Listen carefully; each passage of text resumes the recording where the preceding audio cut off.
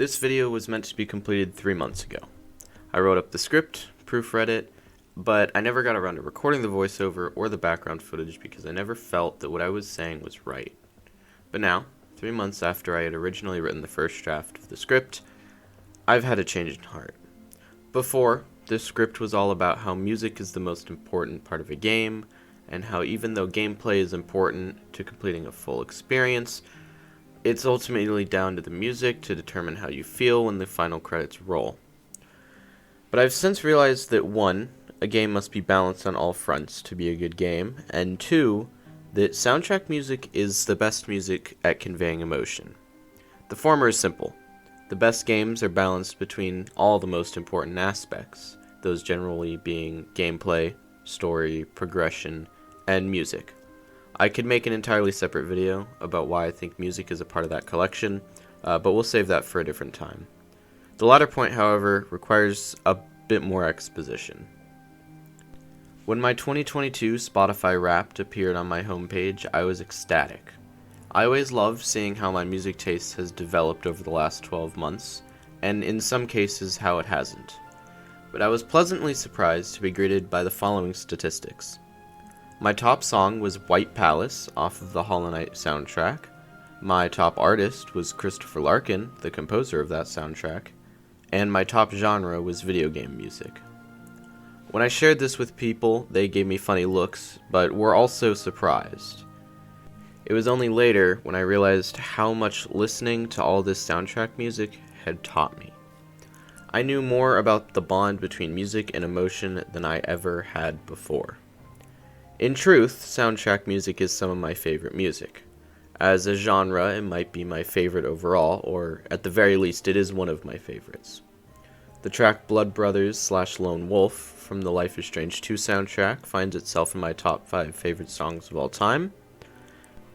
While I don't often like to dilute the blended smoothie of lyrical genres that my liked songs is, with soundtrack music, Deep Stone Lullaby and Sanctified Mind from the Destiny 2 soundtrack have the privilege of defying that rule.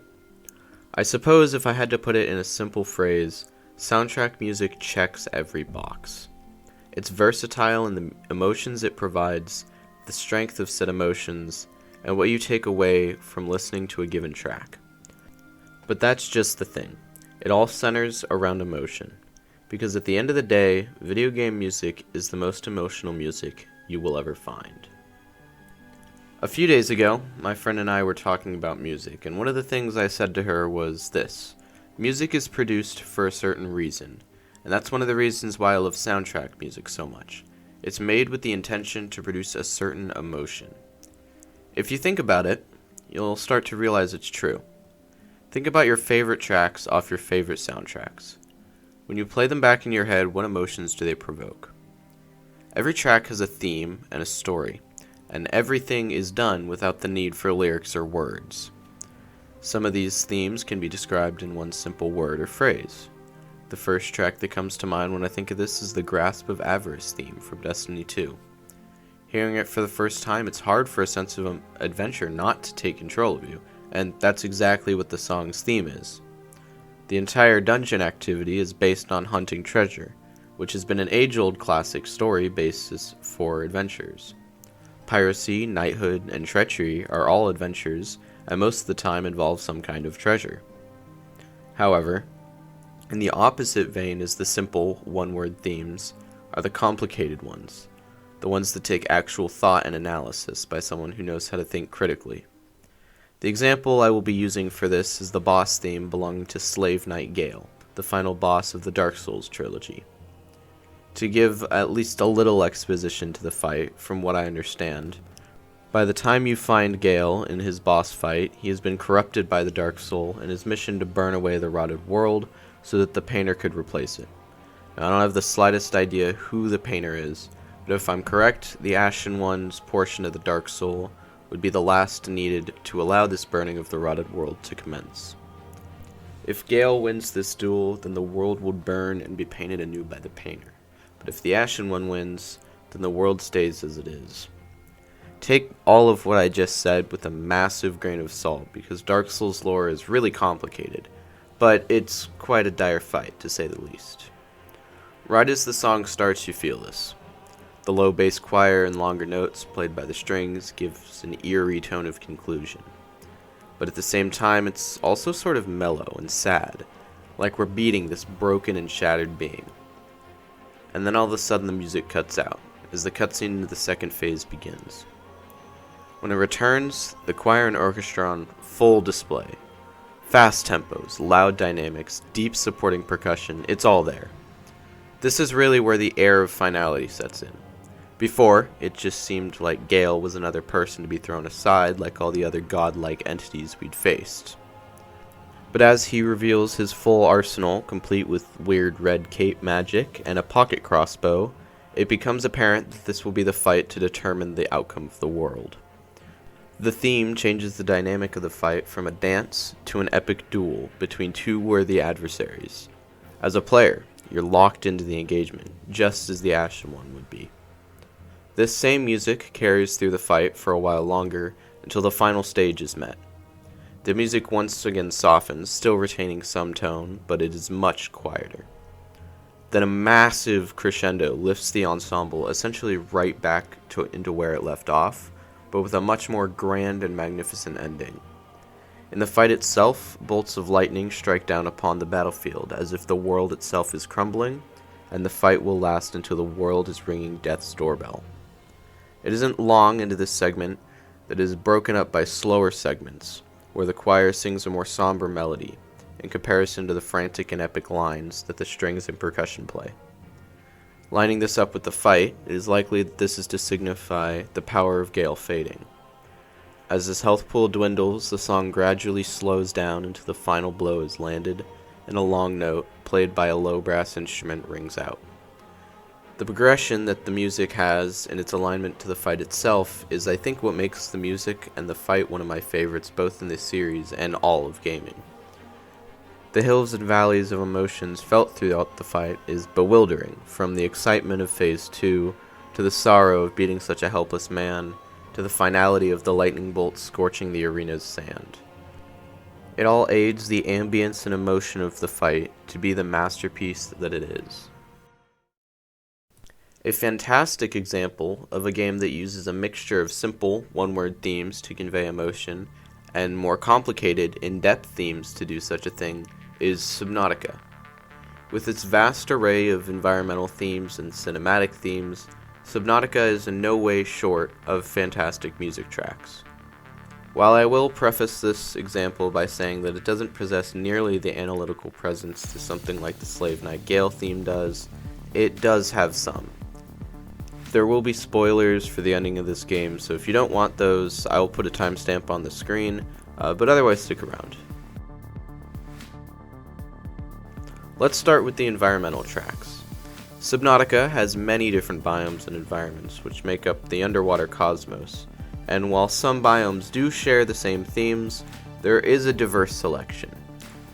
More often, multiple locations will share a set of tracks. Each set is generally matched by how deep the locations are, how dangerous they are, or how mysterious they are.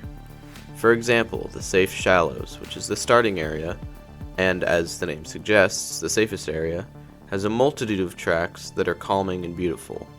Tropical Eden and God Rays are the tracks I hear the most often in this area, which makes sense. The Safe Shallows is a tropical Eden with colorful seagrass and bright pink mushrooms, and since it only ever goes about 20 meters below the surface, excluding the small cave networks that is, the heavenly rays of sunlight create God Rays that illuminate the sandy terrain. As you progress through the game and collect more advanced materials, you may begin to enter areas like the kelp forest and grassy plateaus, where more mysterious themes appear. Tracks like Into the Unknown and In Bloom are heard more often here because while these new biomes are still beautiful and blooming, they possess a new threat and eeriness of unknown, foreign to the security found in the Safe Shallows. All of these tracks are looped into what I call the starter set. So while you may hear Into the Unknown while going through the Safe Shallows, thematically it is more in line with exploring the more threatening of shallow waters. So what emotions are you supposed to feel from these tracks? Many of the environmental tracks are fairly simple. Tropical Eden and God Rays are supposed to be safe and comforting, allowing a graceful descent into Planet 4546b in both a metaphorical and literal sense. Into the Unknown and In Bloom are meant to invoke a sense of curiosity and mystery, as you have now graduated from the immunity that is the safe Shallows. Now, let's take a leap from the Shallows all the way to the depths, and look at the track titled Lava Castle. This track is one of few belonging to the penultimate biome, the inactive lava zone. The centerpiece of this horrifyingly harsh harvest of humongous hunters is a massive rock formation called the Lava Castle, which not only possesses a key story element, but also the playing of this track. I find this one particularly interesting because it can barely even be considered music. Moreover, it's just ambient noises played on top of a constant low rumbling bass. Sometimes you'll hear what sounds like a cry, but it's oddly similar to the sound that the ghost rays make in the Lost River. If you're a keen player who pays attention to such little details, it might drive you to think that it's the distant moans of such a creature, only proving how deep you really are. Another noise that is common throughout the tracks can only be described as gurgling.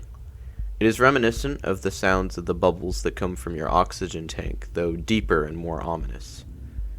It sounds very echoey, almost as if you, the player, are actually hearing the bubbles being released from your suit. While I don't know the significance of this particular sound, it is very effective at being creepy, which is really what this whole track is trying to accomplish. The low bass rumble, the various ambient sounds, the rise and fall of pitch that the bass goes through, it all aids into a feeling of uneasiness, which makes sense considering that once you reach the quadruple-digit depths, you are officially in an underwater volcano. Those few examples of tracks from both the Shallows and the depths show the variety of emotions a game like Subnautica can provide. But it's not just the environmental themes that the game has at its disposal. One such theme is actually the quote-unquote main theme, one could say, as it is the one that plays on the main menu and as you load into the game. The song begins very peaceful and beautiful, much like the scenic picture of the safe Shallows and other early game areas. Then, as the beat drops, a much more ominous undertone takes over, paired with a mysterious melody. Then, as the song reaches its climax, an almost celebratory theme plays. This rotation represents the general loop of gameplay. You begin in a haven of sorts, something pleasant and calming and familiar. But as you adventure to explore the mysteries that lie deeper below the surface, things become much more terrifying, dangerous, and are more determined to hurt you. But you realize after being in this area for long enough that the things there aren't as terrifying as you thought. Sure, leviathans and crab squids are still scary, but after long enough in the Grand Reef, you'll start to appreciate the beauty of the area because some of the unexpected has faded. And then here we are, back again at the start of the cycle. Some soundtracks exist simply to enhance the emotions that the gameplay instills. A great example of this is the Doom franchise. Many of the tracks are full of the heavy beating of drums, the loud ripping of epic guitar solos, and wicked synthesizer. Much of this serves no real significance to the story of the Doomslayer. If you wanted to pick out such a thing, I suppose that it would be ripping and tearing are typically verbs used in the heavy metal genre to describe a certain instrument. For example, the phrase he or she is really tearing it up on that guitar. Maybe that analysis is way more in depth than Mick Gordon ever intended it to be, but that's the fun part of analysis. You often get to add your own ideas.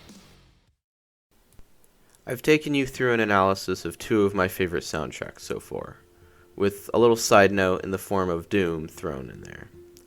Before I take my leave, I want to mention a collection of soundtracks from what has become my favorite series in all of gaming, the Life is Strange soundtracks. Even in my least favorite game, Before the Storm, it features one of the most heartfelt main themes I've ever heard. And in my favorite game, Life is Strange 2, Blood Brothers / Lone Wolf is an almost daily listen for me. There is so much for me to unpack here that it would be an entirely different video to talk about the series' soundtrack, And if you'd like me to do that, then let me know down in the comments. But for now, I'll just give a brief explanation of what makes each of these tracks so fantastic. Starting with Before the Storm's main theme, the beginning is tragic.